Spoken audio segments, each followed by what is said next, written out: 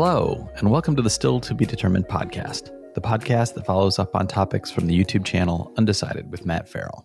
I'm Sean Farrell. I am the older brother of Matthew Farrell, and Matthew Farrell is lurking in the shadows right now. Yes, that's me lurking in the background. Hey, everybody. Today we're going to be talking about Matt's most recent episode, which was from October 13th, 2020, and it's titled 2020 Porsche Taycan Review. Competing with Tesla? ? Before we get into the nitty-gritty of the Porsche, and actually considering how expensive they are, I don't imagine they have much nitty or gritty. No. Before we get into that, I was thinking we would talk about a recent, I believe it was a TikTok. Matt getting in on the TikTok with the kids. That's me getting on the TikTok. That's getting me in on the TikTok on the old the Twitter. And I noticed that Grandpa Farrell was complaining that his expensive doohickey were all dark screens. Yes. You want to talk a little bit about the Tesla update bug? What happened? This was a fun one. I was telling a friend yesterday about this. The timing of this couldn't have been better because I'm working on a Tesla Model 3 2 years later. My thoughts and opinions of the car now versus when I got it. I just finished that script. And one of the things I talked about a lot in the script was the software updates and how amazing it has been for the software updates. I finished that script. My car gets a firmware update. I go, sure, install it. Next morning, I have to move the car out of the garage. And I get in the car, put it in reverse. I'm backing up and I look forward again and realize, wait, the screen's completely black. The car basically has two computers. There's the computer that actually runs the car, makes it function. And then there's the computer that operates everything at a layer above that, which is what the driver interacts with. Something went horribly wrong with the update with that computer, and it just wasn't working. And there's tricks where you can hold down the brake pedal and you put your two fingers on the two, their thumbs on top of the little spinny wheels on the steering wheel. You hold it for 7 seconds and it can force reboot that computer, and it wasn't rebooting. And no matter what I did, nothing was working. And I called them, and very pleasant customer service rep was like, okay, well, I'll try to ping the car and see if I can wake it up, see what's going on. And she was like, okay, I'm getting responses from the car as far as it's online, but it's not responding to these requests that I'm sending it. She goes, you're going to have to pop over to the service center. So I had to drive. It's a 12-mile drive from my house to the service center with no screen, which meant I couldn't tell how fast I was going. Right. I was going to say, it's probably not street legal to do that. Probably not. You're supposed to have a speedometer. Yeah. And the weirdest part was I was just driving the speed of traffic. So I never felt like I was speeding or anything like that. I just got in the slow lane and just took it, played very cautious, went slower than I thought was appropriate just to make sure I was going the right speed. Time? Yes. Yeah. The weirdest thing was the signals, because the signals, you push the signal stalk. It's not a normal signal stalk where it pushes down and stays down or pushes up and stays up. It just pushes down and immediately comes back. And then there's no sound. Right. So you push down to go left and then it's just dead silence. It's right. Is it on? And then you look in the bumper of the car in front of you and you see it flashing. So it's the signals were working, everything's working, but there was no user feedback inside the car for this. So it was really kind of unnerving. Yeah. And there was no regen braking. The acceleration was slower than normal. So it was very odd and unpleasant. And I'm having to go back and rewrite my script now. Right. It's this is the con of having a car that does firmware updates like a cell phone, because on occasion something like this might happen. Right. So it's a little disturbing. And so right now I have a loaner. They gave me a loaner of a Model S, which you'd say, oh, that's an upgrade. Well, they gave me a Model S, which I'm not complaining, but it's a Model S that's probably about 10 years old and looks like it's lived a very hard life. The seats, especially the passenger seat, I don't know what was happening in that passenger seat, but it looks like somebody was using it as a trampoline. It is so beaten down. I don't want to think about what that might mean.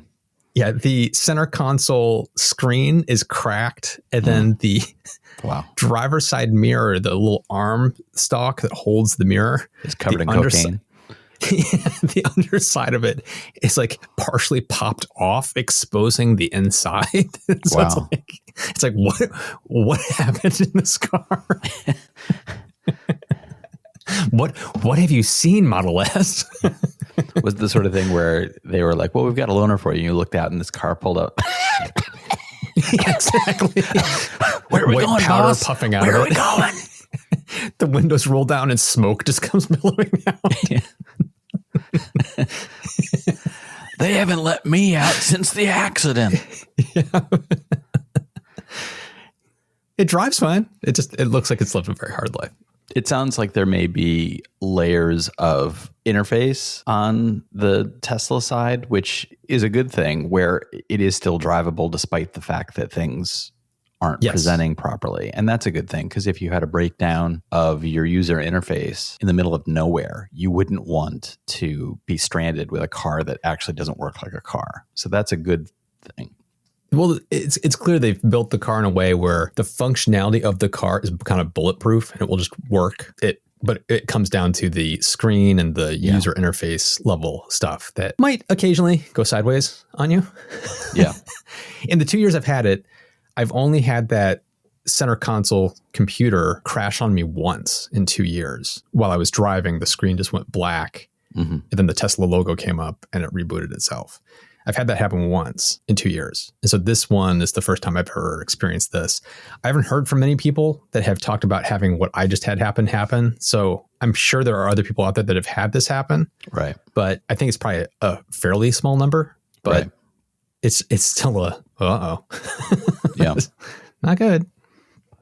And who's to say it's not something as simple as something didn't upload properly? Well, that's the thing is like the way the update works, from the way I understand it, it's like the iPhone. When you get a OS update, what the iPhone's actually doing is it creates a separate like mini partition where it's installing the new operating system. It gets it up and running, make sure the new one is up and running properly. It vets it. And once it's sure it's okay, it will then basically get rid of the old one, and then it's done. It's along those lines to make sure that things don't brick your phone. Right. I'm not 100% sure if Tesla's doing the same thing, but it wouldn't surprise me that they are, because when you're going through the installation process, there's a whole it downloads, it does this verification to make sure that the download is proper. It installs it, and then there's a verification process that it updates. So it's like, I have a feeling it's something somewhat similar, but it seems to me in my case, there's something else they could be doing, right, to try to prevent this from happening. And the guy at the service center, when I reached out to him and said, any update on the diagnostics? And he said, not yet, but it's looking like, all he said was, one of your computers really did not like that update.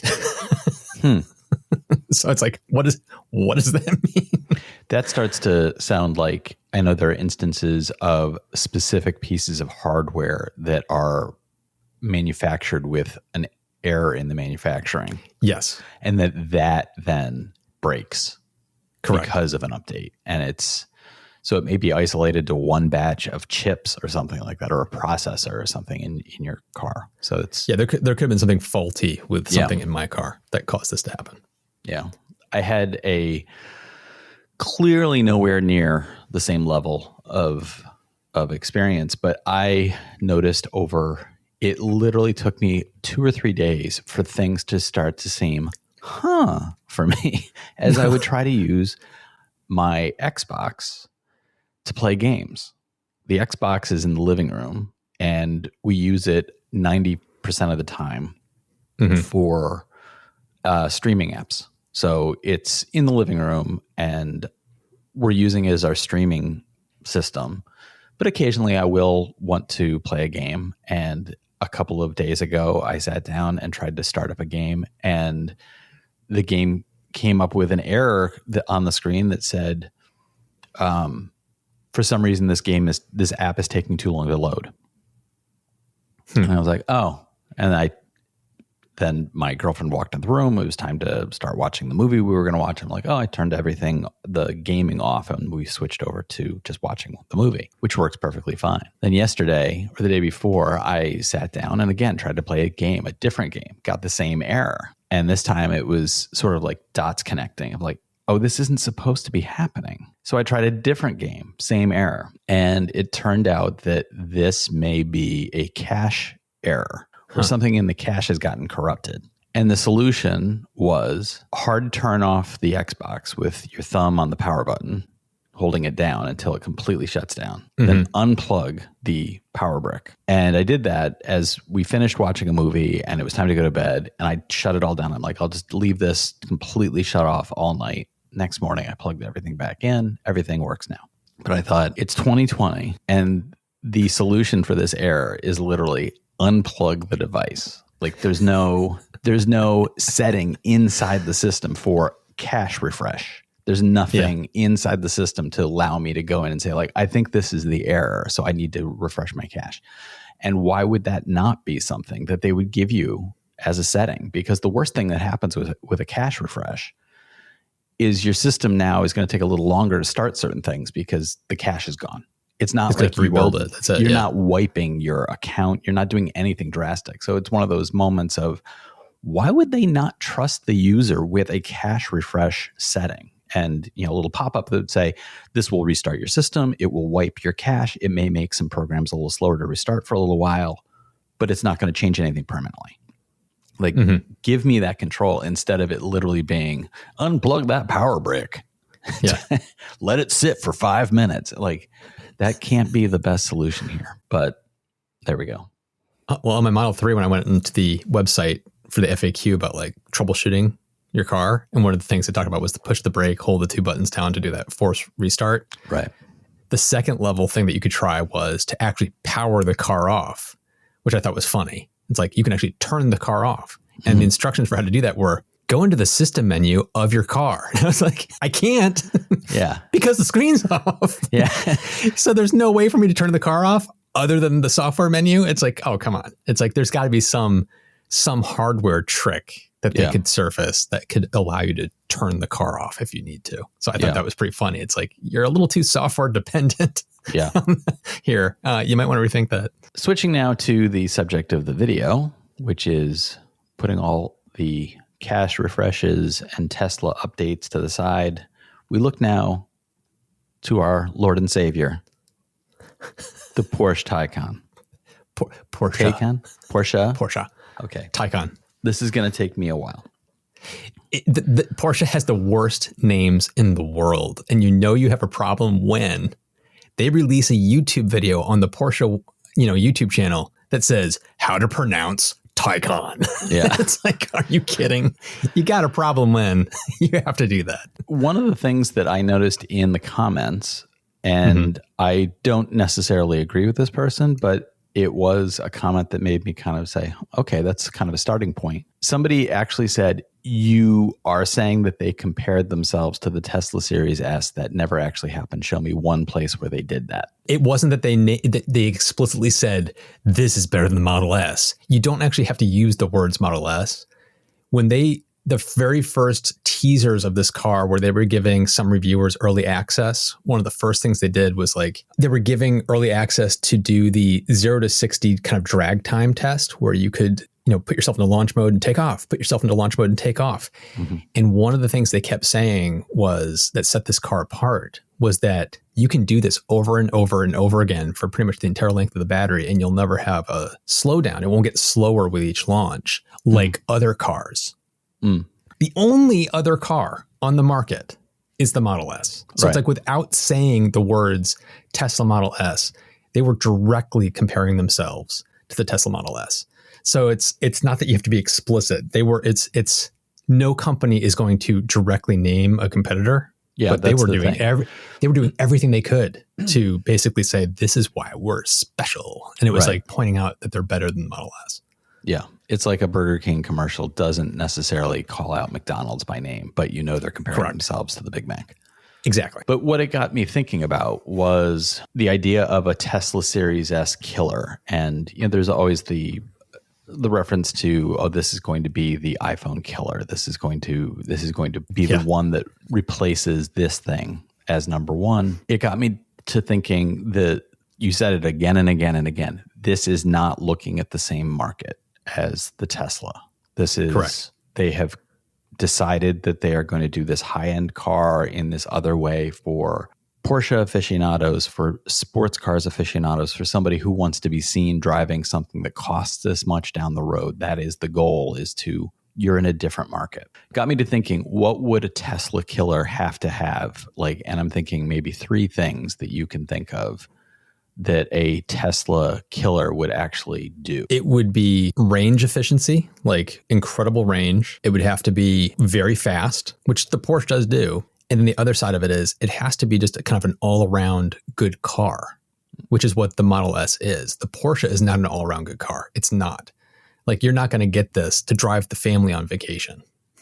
It was a 2-seater, right? No, it was a 4. It had back seats. But a relatively small trunk, a frunk that was super tiny. The back seats were comfortable, but not super spacious. It was a sports car. Mm-hmm. And so it's the Model S is not a sports car. It's a large sedan that also does sports car type stuff. So it's like, it's a little more spacious and comfortable for a whole family. It got a bigger trunk. It's got a bigger frunk. It's a better all around car, especially because of the efficiency than the Porsche. So it's like, that's to me where a Tesla killer, and there is one coming, which is the Lucid Air, which is in a similar price point as the Model S. So it's not like a Porsche $150,000 car. It's starting around $70,000, just like the Model S. It has incredible range. It's going to have a 500 mile range. It's got really fast 0 to 60 time, just like the Model S. It's like, it is neck and neck, like a gorgeous, large luxury sedan. And it is great. So it's like, if you were going to give a Tesla killer moniker to somebody, it's like, I would be looking at Lucid Air, which is why it's like, I was not comparing the Porsche to Model S at all, because it's a completely different thing. It's it's its own beast. It's a track car. It's a sports car. It's a super luxury sports car. Yeah. That's not what the Model S is. So to pull a car from the past that might be the equivalent of the Model S would be to say, like, a Tesla killer would have to be something like the Ford Taurus of electric vehicles. I would say more like it's like Mercedes or BMW, that style of car, which is if you're talking about large sedans, it's more of that luxury sedan market. Right. That's kind of where I would compare more than a Porsche, Lamborghini, Ferrari. It's like, that's not what it is.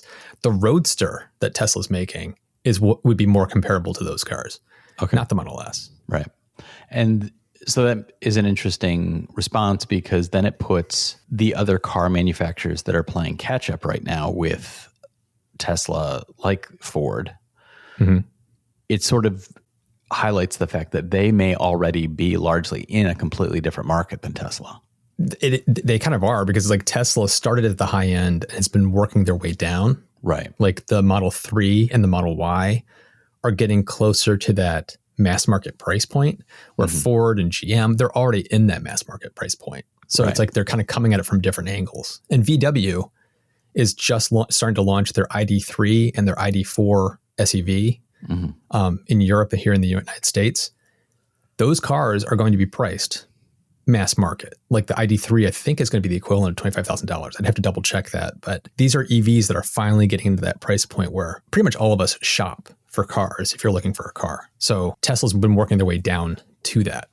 So it's interesting to see how they've gone about trying to grow their company. And then this car's release seems like it's not a competitor, a one-for-one competitor, as you pointed out, with Tesla. It seems like it's a very good sign for the EV car market. Oh yeah. I said it right at the end of the video. It's like, I love that this car exists. Not everybody, when I went to fully charged at the beginning of this year, I was kind of surprised at how many people were talking to me. They were fans of the channel and they were introducing themselves. And it was very clear that they don't care about the environment. They're not getting their Teslas because it's greener. They're getting these Teslas and they love their Teslas because they're fast and they're fun and they're beautiful and they just love the car and the company. And that's why I love that the Porsche exists. The Porsche exists because it's meant for Porsche people. It's meant for people that may not necessarily care about going electric, but they want the coolest, the fastest car available. And here comes the Porsche Taycan, which is one of the fastest Porsches you can get. And I didn't mention it in the video, but it's their best-selling car right now in the United States. So it's like, it's clearly a hit for Porsche. So that's where it's like, it's not going to knock down Tesla, but what it's doing is it's showing that Porsche has a path forward to electrification, and they're onto a winning formula. So they're going to probably double down on what they're doing. So because of that, I'm super excited that this exists, because it's going to get more people into the EV market and excited about EVs, not because it's necessarily better for the environment, but because it's also just awesome cars. They're fun to drive. Right. There's a lot of value there. It's clearly the future. Go for it. So that's why I'm excited. And that's in line with a couple of the comments that I wanted to refer to. Duesenberg wrote, "It's a truly great thing when a company like Porsche makes an EV. Of course, it's not as good an EV as Tesla. It's Porsche's first EV in 100 years, but it's a good car, and the next one will be even better. Cars like Taycan are pushing the envelope for all electric cars, even Teslas." I thought that was a very well put statement that's in line with our thinking about this. Yeah. And another comment goes back to some of the details of your video, which is from John Wang. And John writes, "I used to have a Macon Turbo. Loved the performance, and it was comfy, but the dashboard and center console was way too busy. My right-hand side had countless buttons that I probably only used 10 of. Now the new Taycan has multiple screens with less buttons, but just as busy and confusing. I love the MP3. So simple to nav everything, but simplicity is the key." I'm definitely in that same camp. I didn't really say it in the video explicitly. I didn't like all the knobs and buttons, and I don't like the crazy interfaces like that. I think it came through. Okay, good. Yeah. Simple is better, especially I don't know that we talked about this on the podcast before, but I've recently joined Zipcar. I'm not usually a driver, so every time I've gotten a car from Zipcar, it's been a different car, and it's always an adventure the moment you sit down in a rental car. Like, how do I turn on the air conditioning? Yeah.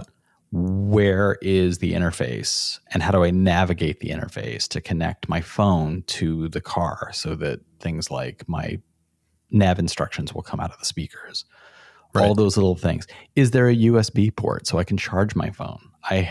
My girlfriend and I literally sat for it was probably more than 5 minutes looking for where the USB was. We knew it existed because the car's dash panel on the radio gave the option of listening to something through the USB connection.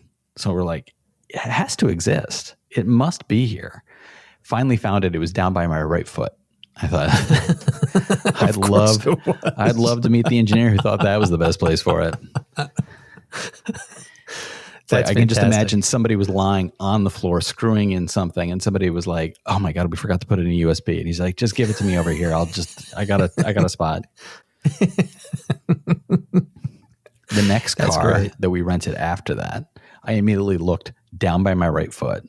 There was no USB. And then I found it in the center panel between our elbows. Right. Which is a terrific location. And my first thought was, well, why would you put it there? I'm used to it by my right foot. So you want to talk about too many bells and doohickeys and knobs and buttons and things. A standard car already has that. And I think that in cases like the Tesla or the Porsche, where they've got they're incorporating screens, touch screens in all these ways, it's a real opportunity to pare that down. Yes. But the other side of it is you really need to you don't want your user interface people. Don't hire Sony to do your user interface. No. You want to hire Microsoft. You want to hire Apple. You want to hire somebody who's used to saying, like, we know how people think, and we know how to get people into the right menus. And I just recently, with my girlfriend, we were doing something with our phones, and I had done something with one of my settings, and she wanted to do the same thing. She's like, where did you get to that menu? And I pointed out to her something that she didn't know was there, which was in the settings. If you go into your iPhone settings, at the very top is a search bar. Yeah. And I said, I don't know what submenu I went to. I just typed in what I wanted to do, and it took me to the right place.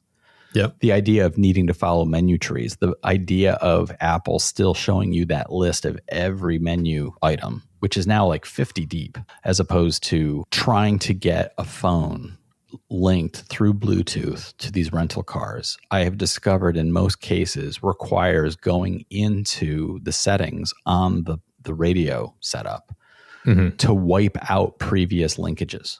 People will link their phones to the car, and then they will leave that car, which is a rental car, but they will leave that linkage in the menu.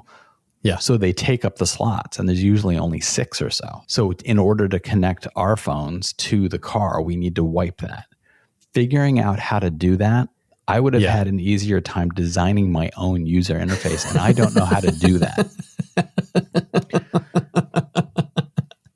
It is, in some cases, the user manuals that are in the car, they are the user manual for the car, but they don't go into enough detail. No. And sometimes they're out of date. So the software has updated. It is different. In multiple cases, what I've had to do is I go on my own phone and I go to YouTube and I look through YouTube for videos on how to do this, because, of course, there's somebody out there who's like, I think this might help somebody. Yeah. So I found a video that had 17 views, and it was how to wipe the iPhone menu from your car. And I was able to do it, and we were then able to link our phones. But the user interface to do that is terrible. Yeah, terrible. Yeah. So my hope would be that the more cars depend on these touchscreens, that they really get smart user interface designers in there, and they really think about not only ease of use, but also ease of use, because if you have somebody driving a car, you don't want them looking down and having to figure out what to tap on a screen. Yes. That's one of the complaints that people typically have about the Model 3 and Model Y, is that there aren't enough buttons and stalks and things to do that with tactile feedback. You have to look at the screen. I've driven the car for 2 years, and I can tell you I barely touch the screen ever. And so it's like, everybody's different, but at the same time, I've been able to figure out ways to do everything I need to do 95% of the time with the controls and the steering wheel and the stalks. And I don't have to touch the screen. And the rare times I do have to touch the screen, there are sometimes shortcuts you can do with one of the stalks that will automatically pull up a UI menu whenever you push that button, which makes it really easy to do a quick swipe or a tap on the screen on that thing that slides out when you push that button on the stalk. It's interesting to see how Tesla is approaching their user interface over the past couple of years and how it's been improving and getting better. It's like they're not great at it. They're above average, and they're getting better. And then you look at cars like what you just described, and it's like it was an afterthought. They got the B team to design the interface. Right. And in the Taycan, it was so customizable. It was almost overwhelming. And at the same time, they went so far with customization, but then they stopped where it was like on that center console behind the steering wheel, they had basically 3 columns that you could customize. But it's like, okay, you've just made this super customizable. Why am I limited to putting this set of options on the left-hand side and this set of options on the right-hand side? What if I wanted them flipped?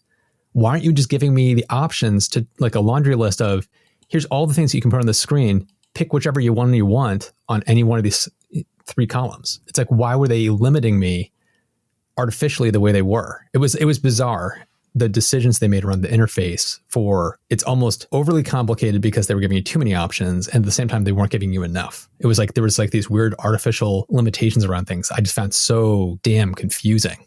It was definitely better designed than the car that you just described with the USB port by your leg. but it clearly is that these car manufacturers need to understand that there are companies that are exceptional at this, and just lean on Microsoft, lean on Apple, lean on even Google.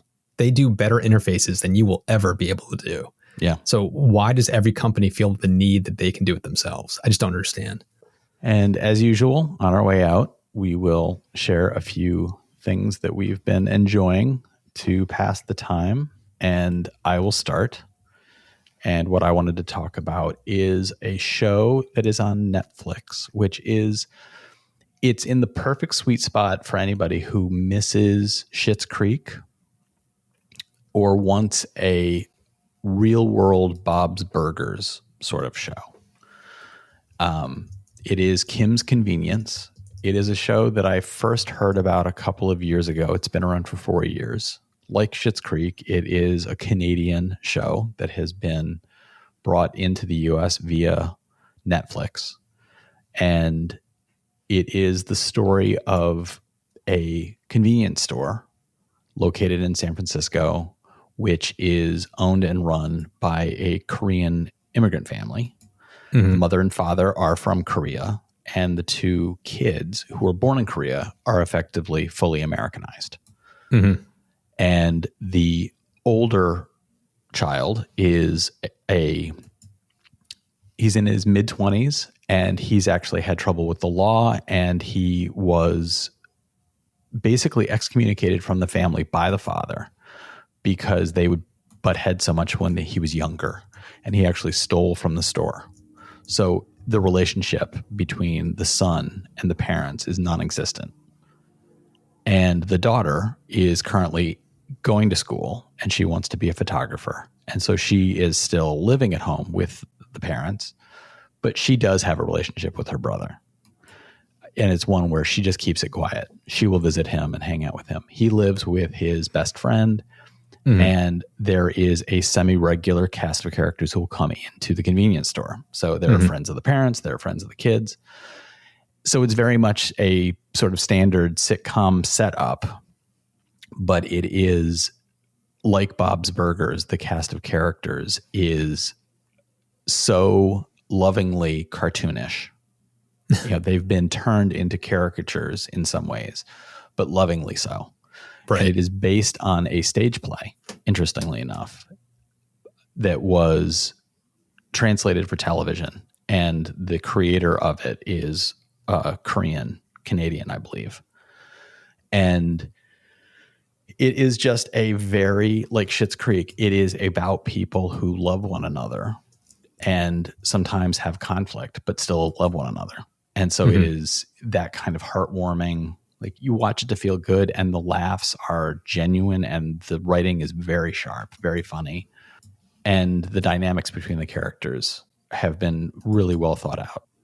But I highly recommend the show. It's very smart, very funny, very loving. And it's the performances, top to bottom, all of them are really, really good. So it's worth your time. Cool.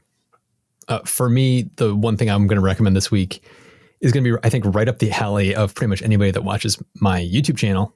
I think everybody should probably watch this. I'm a fan of Top Gear. I've watched every season of the British Top Gear. And one of my favorite parts of that show was always like the big adventures they would go on. They would do these big races across a continent, or we're going to drive through this part of, the African continent, and we're each going to be driving different cars and see who can get to the destination first.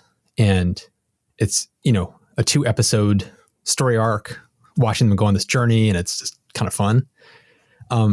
Ewan McGregor, of all people, has done this on motorcycles.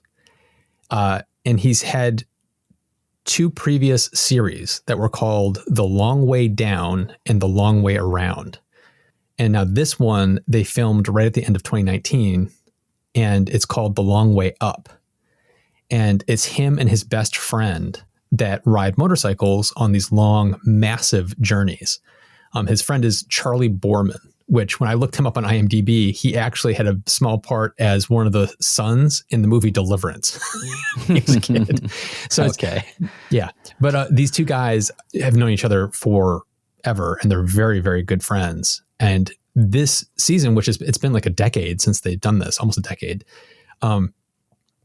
The journey is taking them from the tip of South America, and they're driving all the way up South America through Mexico and ending in Los Angeles. So they're driving on motorcycles 15,000 miles. And they decided for this one to do it on electric motorcycles. And then for their chase cars, for the supporting production crew, they wanted to do it in electric trucks. They wanted to be all green. Ewan McGregor is really into electric vehicles. I mean, he's actually having a classic VW Bug converted to electric by the company EV West that's in California near Los Angeles that does classic car conversions. So he's really into this. His house is all powered by solar panels and batteries. So he's completely green. He's into this. So it was kind of like, well, let's not just do this the normal way. Let's do this with EVs. The problem is that there's nobody that has, at the time that they were filming this, there was nobody that had EV bikes on the market that would do what they wanted it to do. And there's no EV trucks on the market. So they ended up talking to Harley, who has an EV Harley coming, but it's not on the market yet. And they talked to Rivian, who's the company making one of the first electric trucks that's going to be coming to market sometime. I believe it's next year. What's so fascinating about this is that the Rivians that they're driving and that the Harleys that they're driving were built specifically for them. And they're technically the first in existence. So the bikes they're riding have VIN numbers of like literally 000001 and 00002 and the same exact thing for the Rivians. So like these are like hand built because their manufacturing lines aren't pumping these out yet. So these are hand built, custom just for them. And even then they were modified from what they're planning on building because they're going to be driving through freezing temperatures through the Andes Mountains and through hot areas, through deserts, and it's off-roading and awful temperatures. And so there was all this kind of crazy customization that had to be done. So the first 2 episodes are all about them working with Harley and Rivian, trying to get these cars the way they need them. And then there's no charging infrastructure whatsoever up through South America where they're going. And so Rivian actually installed a whole bunch of level 2 chargers, something like several hundred of them, up the coastline of South America. No kidding. So they could do this. It's insane what they had to do, the logistics they had to do. And in the first 2 episodes, when they start their journey, these guys were so out of their element of what they had to do for charging that it wasn't the fault of going electric. And Ewan said this several times. He said, I am so a proponent of electric. I feel like what I'm doing is showcasing why not to go electric. And he feels bad about doing what they're doing because he said it's putting the focus on the wrong thing. Because they, several times in the first like 3 episodes, they've run out of charge. They've had to be rescued by like diesel generators to charge them up, which defeats the purpose of having an electric vehicle. Right. Challenges of having to plug into people's like outlets in their kitchens to charge their bikes up. And because they're in areas of the world where the electricity is not very powerful, it's not powerful enough to charge the electric cars and the electric motorcycles. Their production crew ended up getting stranded and had to have a semi truck. It's called tow charging, where if you tow like a Rivian, this is pretty much true for pretty much any car. This is the way electric motors work. But like you do tow charging where you tow the Rivian and in half an hour, you can put like 80% of the battery charge back on the car because the motors and the wheels are turning, generating electricity, and that's going straight into the battery pack. Mm-hmm. So they had to have their Rivians towed for like half an hour to get enough of a charge back so that they could continue on their path. It's insanity what they had to do. And part of the reason for this was they had not planned well enough to understand, okay, no, we really need to stay here a few extra hours to really charge up to 100% before we go. It was like, oh, let's just get going. And they would just get in the car and go. It's like, you guys can't do that. And the temperatures were like incredibly cold, which kills the longevity of a battery. So it's just been fascinating to see how they've hit this massive learning curve of how to do it, how they're dealing with it. And I'm at episode 5 now, and they're finally kind of getting their footing on how the charging works and what they need to do. And they're starting to get into areas that have better temperatures, so they're getting better range.